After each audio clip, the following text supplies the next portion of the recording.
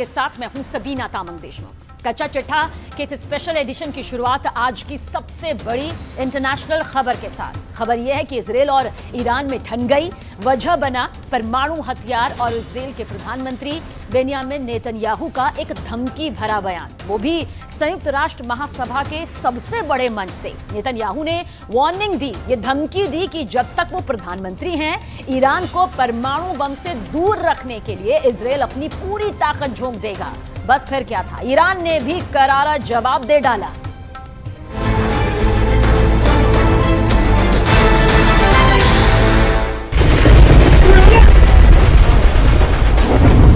Video number 1।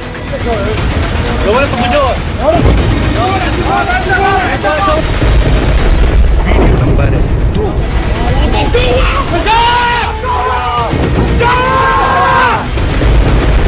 Video number 3।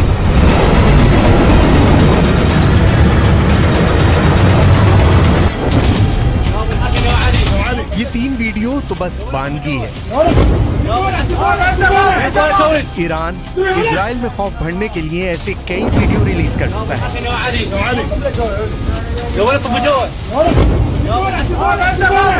ये video Israel के लिए किसी चेतावनी से कम नहीं। ईरान ने इजराइल को खुली धमकी दे रखी है, अगर उसने ईरान के परमाणु ठिकानों की तरफ देखा तो उसके शहर तेल अवीव को तबाह कर दिया जाएगा।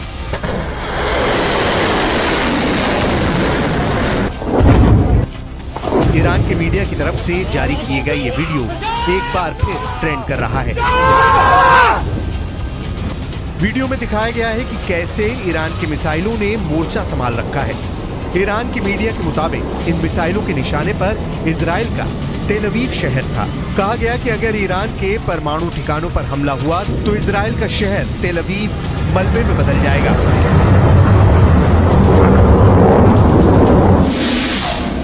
इजराइल को धमकी दी गई है कि उसके हमला करने वाले विमानों को उतरने के लिए जमीन तक नहीं बचेगी, यानी अगर वो हमले के बाद बचकर लौट भी गए तो इजराइल में लैंड नहीं कर पाएंगे।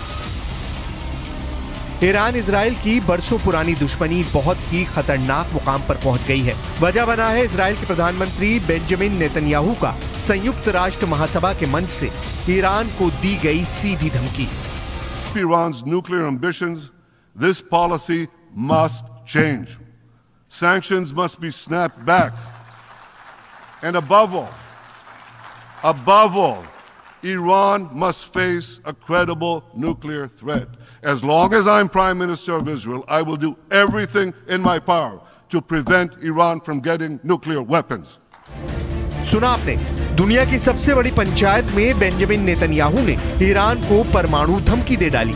नेतन्याहू ने ईरान को परमाणु शक्ति बनने से रोकने की बात कही। सिर्फ इतना ही नहीं, नेतन्याहू यहां तक धमका गए कि उनके रहते ईरान परमाणु बम नहीं बना पाएगा। ईरान को परमाणु बम से दूर रखने के लिए इजराइल अपनी पूरी ताकत लगा देगा।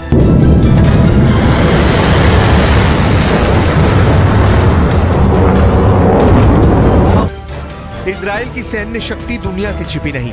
इजराइल हर ओर दुश्मनों से घिरा हुआ है, फिर भी किसी की हिम्मत नहीं है कि उससे सीधा पंगा ले सके। इसके पीछे इजराइल की ताकतवर सेना है, इजराइल के घातक हथियार हैं, इजराइल के परमाणु हथियार हैं।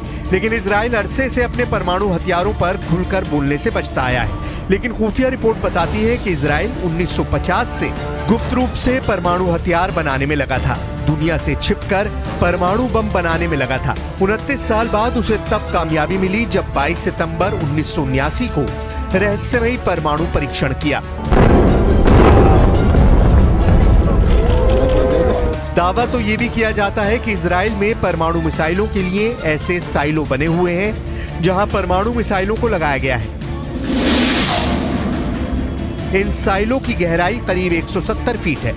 साइलो का भूमिगत परिसर 3 हिस्सों में बटा है। पहले हिस्से में मुख्य साइलो है, जो मिसाइल का लॉन्च पैड है। यहीं परमाणु बम से लैस मिसाइलें भी रखी जाएंगी।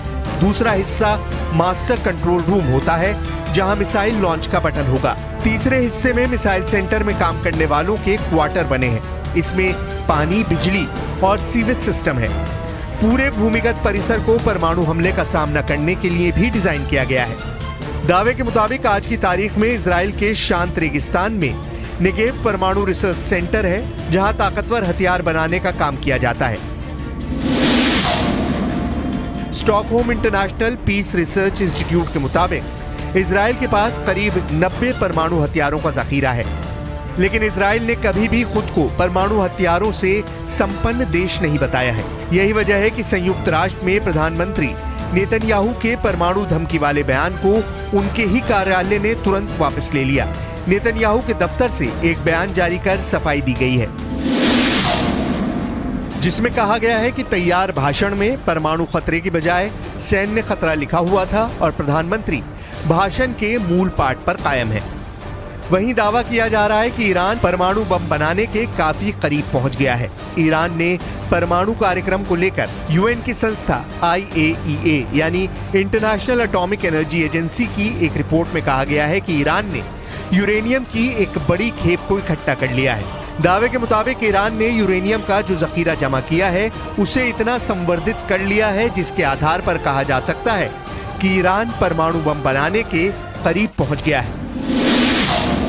परमाणु बम बनाने के लिए 90% संवर्धित यूरेनियम की जरूरत होती है और IAEA के मुताबिक ईरान 83.7% संवर्धित यूरेनियम हासिल कर चुका है, यानी वो एटम बम बनाने के बेहद करीब पहुंच गया है।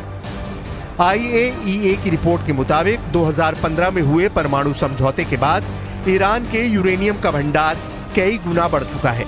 हालांकि उस डील में ईरान के यूरेनियम के भंडार की लिमिट तय की गई थी।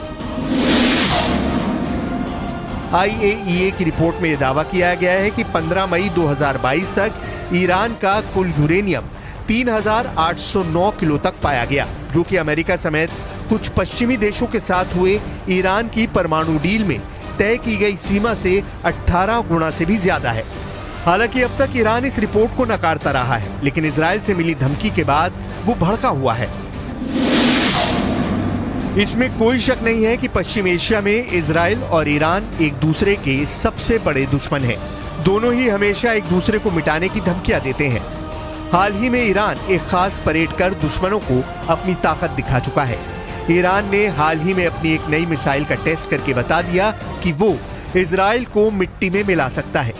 इससे आप ईरान के तेवर को समझ सकते हैं। ये ईरान की नई मिसाइल खुर्रम शहर 4 है, जो टेक्नोलॉजी के मामले में ईरान की बहुत ही खतरनाक मिसाइल मानी जा रही है। खुर्रम शहर 4 की मिसाइल की रेंज 2000 किलोमीटर है और ये 1500 किलो तक का वॉरहेड ले जा सकती है। खुर्रम शहर 4 इतनी सटीक है कि मिसाइल अपने टारगेट के 30 मीटर के दायरे में गिरती है। 13 मीटर लंबी इस मिसाइल को लॉन्चिंग के दौरान ही खत्म किया जा सकता है, क्योंकि जब ये अपने टारगेट की तरफ बढ़ती है, यानी टर्मिनल स्टेज में इस मिसाइल की रफ्तार करीब 20,000 किलोमीटर प्रति घंटा होती है। इजराइल के किसी भी मिसाइल डिफेंस के लिए इसे रोकना आसान नहीं होगा। ईरान के राष्ट्रपति इब्राहिम रईसी ने इस मिसाइल के साथ अपना बहुत खास वीडियो भी शूट कराया है। मिसाइल के बाद अब ईरान के इस खास ड्रोन को देख लीजिए, जो इजराइल के लिए किसी मुसीबत से कम नहीं है। हाल ही में इस ड्रोन को लॉन्च करके ईरान ने अमेरिका और इजराइल को बहुत बड़ी वार्निंग दी है। सवाल है, आखिर इस नए ड्रोन को लेकर ईरान का आत्मविश्वास इतना क्यों बढ़ गया है? आगे बढ़ने से पहले इसका जवाब जान लीजिए। ये ड्रोन गाइडेड बम से लैस है। ये drone anti tank guided missile से लैस है। इस ड्रोन का नाम है मुहाजिर 10 और यही ड्रोन पूरी दुनिया को दिखाकर ईरान ने 2 देशों को बहुत ही खतरनाक चुनौती दे दी है। एक है अमेरिका और दूसरा है इजराइल। दोनों ही ईरान के कट्टर दुश्मन माने जाते हैं। ईरान के डिफेंस शो में मुजाहिर 10 को जब दुनिया के सामने लाया गया तो इसकी तुलना अमेरिका के MQ-9 ड्रोन से की जाने लगी। MQ-9, जिसे प्रीडेटर B ड्रोन भी कहा जाता है, ये वो ड्रोन है जिससे अमेरिका ने अफगानिस्तान और पश्चिम एशिया में अपने बड़े बड़े टारगेट को खत्म किया है। इसमें अलकायदा का चीफ अल-ज़वाहिरी भी शामिल था। लेकिन अब इसी ड्रोन की नकल बनाकर ईरान अमेरिका को चैलेंज कर रहा है। ईरान और इजरायल की दूरी 1800 किलोमीटर है और ईरान का यह दावा है कि मुहाजिर 10 2000 किलोमीटर की रेंज तक हमला कर सकता है। यानी इजरायल एक तरफा उड़ान भर सकता है और वहां एक कामिकाजे ड्रोन की तरह यह हमला कर सकता है। और इसी बात को लेकर अमेरिका और इजरायल घबराए हुए हैं। अगर आप दूरी देखेंगे तो देखिए मात्र 1800 किलोमीटर है और इसकी रेंज की अगर बात की जाए तो वो 2000 किलोमीटर की है। यानी क्योंकि इसी ड्रोन के साथ ईरान का पहला टारगेट बनेंगे अमेरिका और इजरायल और उनके सैन्य अड्डे भी बनेंगे। मुहाजिर 10 ड्रोन की रेंज 2000 किलोमीटर तक है और ये 24 घंटे तक आसमान में मंडरा सकता है। और सबसे बड़ी बात यह कि मुहाजिर 10 ड्रोन 300 किलो वजन तक की मिसाइल और बम अपने साथ लेकर उड़ सकता है और यही वजह है कि इजरायल और अमेरिका लगातार घबराए हुए हैं। ईरान के ड्रोन की रेंज बढ़ती जा रही है और अब इनकी जद में पश्चिम एशिया के वो इलाके भी आ रहे हैं जहां अमेरिका के अड्डे हैं और वो इस ड्रोन को लेकर काफी बौखलाए हुए हैं। ईरान की ऐसी ही ड्रोन पावर को काउंटर करने के लिए इजराइल अब लगातार अपने आयरन डोम जैसे मशहूर एयर डिफेंस सिस्टम को अपग्रेड करने पर मजबूर हो गया है। लेकिन संयुक्त राष्ट्र महासभा के मंच से ईरान को धमकी देकर नेतन्याहू ने खाड़ी के एक हिस्से को खौला दिया है।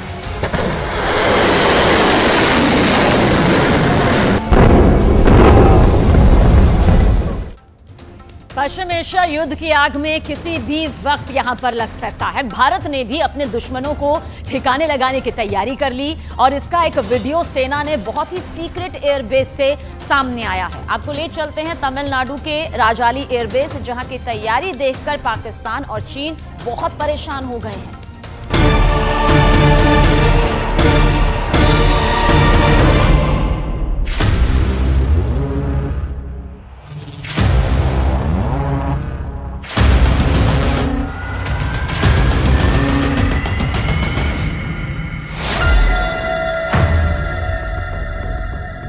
ये खामोश शिकारी है, ये घात लगाता है, दुश्मन पर लगातार नजर रखता है और जब हमले का वक्त आता है तो ये चूकता बिल्कुल नहीं। ये है भारतीय नौसेना का MQ-9B प्रीडेटर ड्रोन।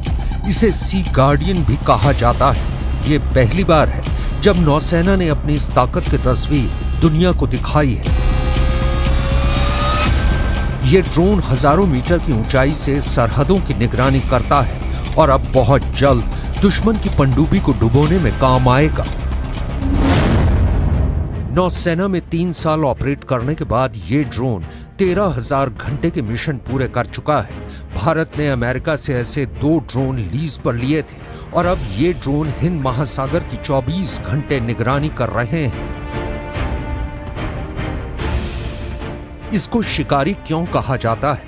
इसे घात लगाकर हमला करने वाला शेर क्यों कहा जा रहा है? इसे भारतीय सेना की सबसे नई और सबसे आधुनिक ताकत क्यों कहा जा रहा है? इसके लिए देखिए राजाली एयरबेस से ये रिपोर्ट, जहां ये प्रीडेटर ड्रोन तैनात है। यहां से ये हजारों किलोमीटर तक समंदर यानी हिंद महासागर पर निगाह रखते हैं। इन ड्रोन का खौफ अमेरिका के दुश्मनों में बहुत ज्यादा रहा है। पाकिस्तान से लेकर अफगानिस्तान और यमन तक अमेरिका ने अपने कई दुश्मन इसी ड्रोन से निपटाए हैं। अब ये ड्रोन भारत के पास भी है। इसका अटैक वर्जन भी भारत जल्द ही अमेरिका से खरीदने वाला है। रिपोर्ट के मुताबिक भारत अमेरिका से 31 MQ-9B ड्रोन खरीदेगा। इसमें 15 ड्रोन भारतीय नौसेना के लिए होंगे। इसमें 8 ड्रोन एयरफोर्स के लिए होंगे और 8 ही ड्रोन आर्मी यानी थल सेना ऑपरेट करेगी। ये ड्रोन गाइडेड मिसाइल और लेजर बम से लैस होंगे और निगरानी के साथ दुश्मन पर हमला भी करेंगे। India has vast EEZ of 2.37 million square nautical miles and around 80% of the world's maritime oil passes through the Indian Ocean. Indian Navy has a need to ensure the safety and security of the EEZ while ensuring the lawful use of the high seas. 15 of these aircraft will provide the Indian Navy to cost effectively maintain a strict vigil over the areas. जब से भारत और America के बीच MQ-9B के attack version को लेकर बात हुई, 2 देश बहुत ज्यादा घबराए हुए हैं। जाहिर है इनका नाम है पाकिस्तान और चीन। इन दोनों मुल्कों में MQ-9B ड्रोन की ताकत पर बहस हो रही है। इससे बचने की तरकीब खोजी जा रही है। युद्ध के हालात में ये ड्रोन LOC के पार POK में भी अटैक करेगा। ये ड्रोन LAC के पास चीन के अड्डों को भी नहीं बख्शेगा और समंदर में ये चीन और पाकिस्तान के जंगी जहाजों और पनडुब्बियों पर हमले का पूरा माहौल तैयार कर देगा। ये ड्रोन अभी तमिलनाडु के राजाली एयरबेस पर तैनात किए गए हैं। आर्मी और एयरफोर्स के पास आने के बाद इन ड्रोन्स को उत्तर भारत और बाकी हिस्सों में भी तैनात किया जाएगा। ये ड्रोन हजारों किलोमीटर की रेंज में ऑपरेट कर सकते हैं और सबसे खास बात, अगर मिशन नाकाम होता है तो कंट्रोल रूम से इसे ऑपरेट कर रहा पायलट पूरी तरह सुरक्षित रहेगा। MQ-9B प्रेडेटर दुनिया का सबसे खतरनाक ड्रोन माना जाता है, इसमें कोई शक नहीं है। ये ड्रोन 8000 किलोमीटर की रेंज में 30 घंटे तक मंडरा सकता है, यानी कि देखिए इसकी रेंज 8000 किलोमीटर है और 50,000 फीट तक ये उड़ान भी भर सकता है। और ये 50,000 फीट तक अगर उड़ान भरेगा तो आप समझ सकते हैं कि किस तरीके से सब कुछ तहस नहस कर सकता है, एक बड़ी तबाही मचा सकता है। यानी 15,000 मीटर तक ये पहुंच सकता है और ये 2000 किलो तक के बम और मिसाइल भी ले जा सकता है। इसमें एंटी टैंक मिसाइल है और लेजर गाइडेड बम भी इसमें शामिल है। ये ड्रोन 450 किलोमीटर प्रति घंटे की रफ्तार से उड़ान भर सकता है और कम वजन इसका होगा तो रफ्तार और ज्यादा तेज होगी। यानी देखिए कितना खतरनाक ये हो सकता है और यही बातें इसको और ज्यादा बेहद खास बनाती हैं। इसमें हाई डेफिनेशन कैमरा भी लगा हुआ है जो जमीन हो या फिर समंदर की सतह, उसकी निगरानी आराम से कर सकता है और वीडियो कमांड सेंटर तक ये भेज सकता है ताकि दुश्मन को पहचाना जा सके। और अब नौसेना के पास जो ड्रोन है उसे एंटी सबमरीन वॉरफेयर में इस्तेमाल किया जाएगा और ये इसका निगरानी करने वाला वर्जन सी गार्डियन ड्रोन है और इसमें ऐसा सिस्टम लगाया जाएगा जो पनडुब्बियों को ट्रैक कर सके। नौसेना के लिए जो MQ-9B ड्रोन है उसमें जल्द ही सोनार वाला सिस्टम लगाया जाएगा, जिससे ये ड्रोन समंदर की सतह के नीचे पनडुब्बियों को भी ट्रैक करेगा। जब दुश्मन की पनडुब्बी हिंद महासागर में भारत के इलाके के आसपास भी मंडराने की कोशिश करेगी तो ये ड्रोन उसका पता बहुत आराम से लगा लेगा। इसके लिए इस ड्रोन में सोनोबॉय वाला सिस्टम लगा होगा जो समंदर में सोनोबॉय लॉन्च करेगा। ये सोनोबॉय पनडुब्बियों के सोनार सिग्नेचर यानी उसकी आवाज को ट्रैक करके कमांड सेंटर तक जानकारी पहुंचाएंगे और फिर नजदीकी जंगी जहाजों या फिर P-8I जैसे टोही विमानों से टॉर्पीडो लॉन्च किया जाएगा। ऐसे ही दुश्मन का काम तमाम हो जाएगा। As previously mentioned, the aircraft with its max altitude of 40,000 feet and endurance of 30 plus hours, it has the capability to provide real-time video and can be deployed as an airborne outpost guarding the Indian borders.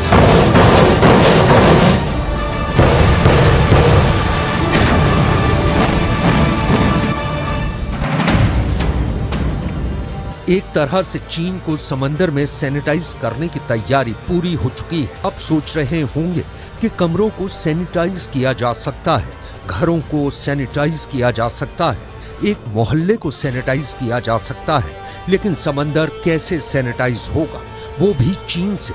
इसे समझने के लिए इस map पर जरा गौर कीजिएगा। ये दक्षिण चीन सागर है और इसके दक्षिण से एक रास्ता पहुंचता है बंगाल की खाड़ी यानी हिंद महासागर। अगर चीन की नौसेना भारत पर अटैक करना चाहेगी तो वो इसी रास्ते का इस्तेमाल करेगी, जिसे मलक्का स्ट्रेट कहा जाता है। ये करीब 1000 किलोमीटर लंबा लेकिन महज 200 मीटर तक गहरा समुद्री गलियारा है। ट्रेड रूट की वजह से ये चीन की लाइफलाइन भी कहा जाता है, लेकिन इसके एग्जिट पॉइंट यानी जहां से गलियारा हिंद महासागर में खुलता है वहां भारतीय नौसेना का बहुत बड़ा पहरा हमेशा लगा रहता है। भारत को चीन को यहीं पर रोकना होगा और अगर ऐसा हुआ तो चीन का गेम खत्म हो जाएगा। ये काम कैसे होगा इसे हम आपको तफसील से बताएंगे, जिससे आप बहुत आसानी से समझ जाएंगे कि चीन की नौसेना अगर भारत की तरफ इस गलियारे में घुस भी गई तो जिंदा वापस नहीं लौटेगी। फिर चाहे क्यों न चीन 350 जंगी जहाजों की नेवी बन चुका हो और अब 3 कैरियर वाली नेवी बनने के लिए पूरी तरह तैयार है, लेकिन वो अब भी अपने कैरियर बैटल ग्रुप हिंद महासागर में लाने की गलती नहीं करेगा। इसकी बड़ी वजह भारत की निगरानी क्षमता है, जो MQ-9B ड्रोन से कई गुना बढ़ गई है। सवाल है कि क्या चीन अपने कैरियर बैटल ग्रुप लेकर भारत के इलाके में दाखिल होने की हिम्मत करेगा?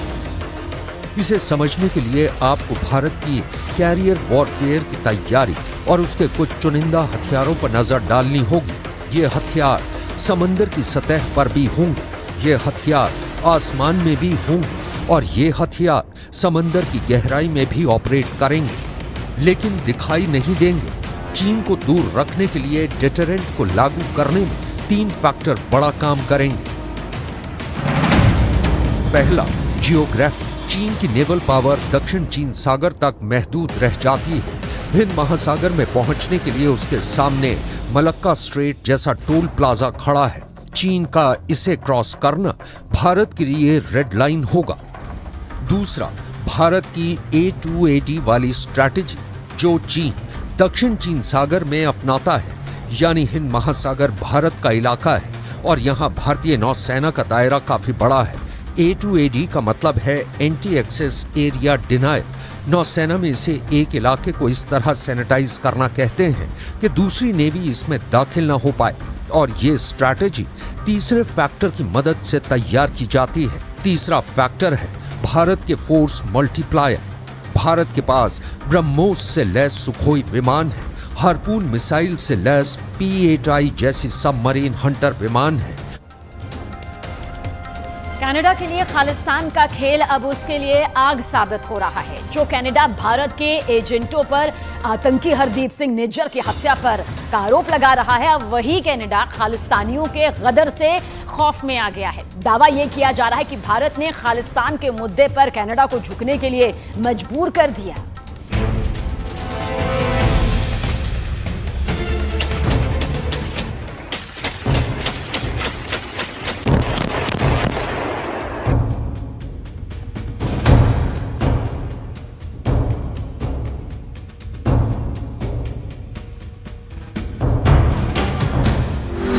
झुकेगा कनाडा, झुकाने वाला आ गया।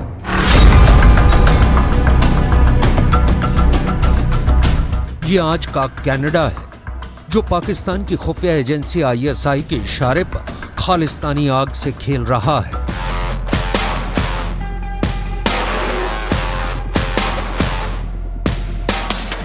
ये आज का कनाडा है, जो भारत को खालिस्तानी आग में जलाने की साजिश रच रहा है।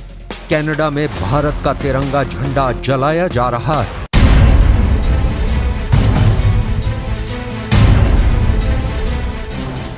ये आज का कनाडा है, जहां भारत के दूतावासों को घेरा जा रहा है। हिंदुओं को कनाडा छोड़ने की धमकियां दी जा रही हैं।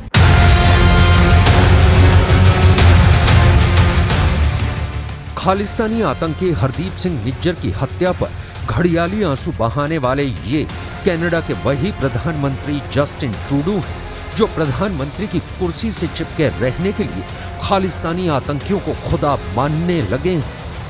Over the past number of weeks, Canadian security agencies have been actively pursuing credible allegations of a potential link between agents of the government of India and the killing of a Canadian citizen, Hardeep Singh Nijjar.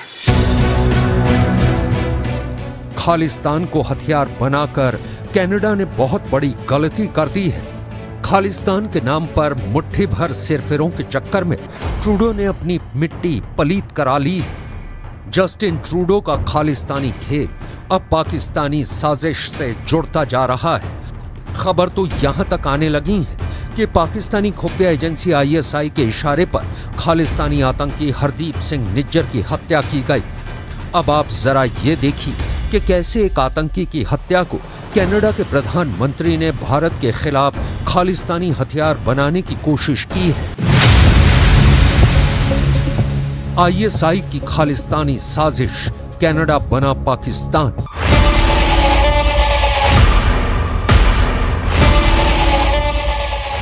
अठारह सितंबर को Canada के PM Justin Trudeau ने खालिस्तानी नेता हरदीप सिंह निज्जर की हत्या के आरोप भारतीय एजेंट्स पर लगाए। 20 सितंबर को खालिस्तानी नेता गुरपतवंत सिंह पन्नू ने हिंदुओं को कनाडा छोड़ने की धमकी दी। 25 सितंबर को खालिस्तानी समर्थकों ने वैंकूवर में भारतीय दूतावास के सामने तिरंगे को फाड़ दिया। लेकिन जिस तरह से भारत सरकार ने कनाडा के प्रधानमंत्री के खालिस्तानी बयान पर पलटवार किया है, उससे खालिस्तानी आतंकियों के साथ साथ कनाडा भी बौखला गया है। यूएन जनरल असेंबली में भारत के विदेश मंत्री एस जयशंकर के संबोधन के बाद कनाडा की तरफ से भी बयान आया है। एस जयशंकर ने 26 सितंबर को संयुक्त राष्ट्र महासभा के 78वें सत्र को संबोधित किया था। इस दौरान उन्होंने आतंकवाद के मुद्दे पर नाम लिए बिना ही कनाडा और वहां के प्रधानमंत्री जस्टिन ट्रूडो को संदेश दे दिया था, जिसके बाद इसी मंच से यूएन में कनाडा के स्थायी प्रतिनिधि बॉब रे की प्रतिक्रिया सामने आई है। बॉब रे के मुताबिक विदेशी हस्तक्षेप के कारण उनके देश का लोकतंत्र खतरे में है। बॉब रे ने यह भी कहा, हम राजनीतिक लाभ के लिए द्विपक्षीय संबंधों के नियमों को तोड़ मरोड़ नहीं सकते हैं। कनाडा में विदेशी हस्तक्षेप के विभिन्न माध्यमों से लोकतंत्र किस हद तक खतरे में है। बॉब रे ने यह भी कहा, कनाडा राजनीतिक लाभ के लिए झुकेगा नहीं।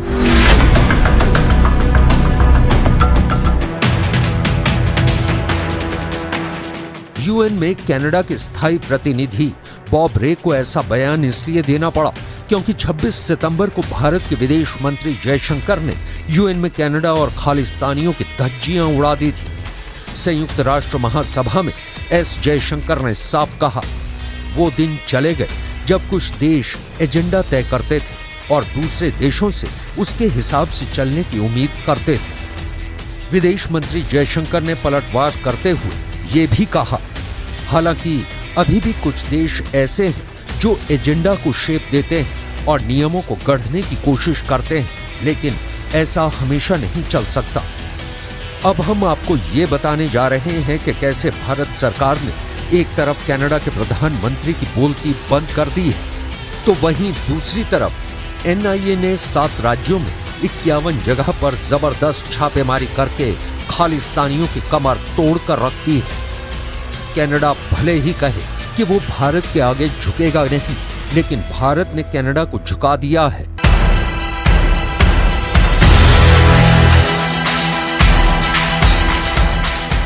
खालिस्तानी आतंकी हरदीप सिंह निज्जर की हत्या पर बोलते हुए विदेश मंत्री डॉक्टर एस जयशंकर ने साफ कहा है कि कनाडा ने कुछ भी स्पेसिफिक जानकारी शेयर नहीं की है। कनाडा को लताड़ते हुए जयशंकर ने दो टूक कहा कि कनाडा में पिछले कुछ सालों के भीतर अलगाववादी ताकतों के चलते काफी हिंसा हुई है। जयशंकर ने यहां तक कहा कि हमने कनाडा से चलने वाले संगठित अपराध और उसके नेतृत्व के बारे में काफी जानकारी दी है। प्रत्यर्पण की कई रिक्वेस्ट भी पेंडिंग है। कई आतंकवादी नेताओं की भी पहचान हुई है, लेकिन खालिस्तानी आतंकियों के वोट बैंक के लालच में कनाडा आंखें मूंदे बैठा है। Actually has seen a lot of organized crime, relating to, the secessionist forces, organized crime, violence, extremism. They're all very, very deeply mixed up. जब से भारत ने कनाडा के नागरिकों के लिए वीजा सेवा को निलंबित किया है, कनाडा में कोहराम मच गया है। खालिस्तानी आतंकियों और उनके रिश्तेदारों को अब हिंदुस्तान की बहुत याद आने लगी है।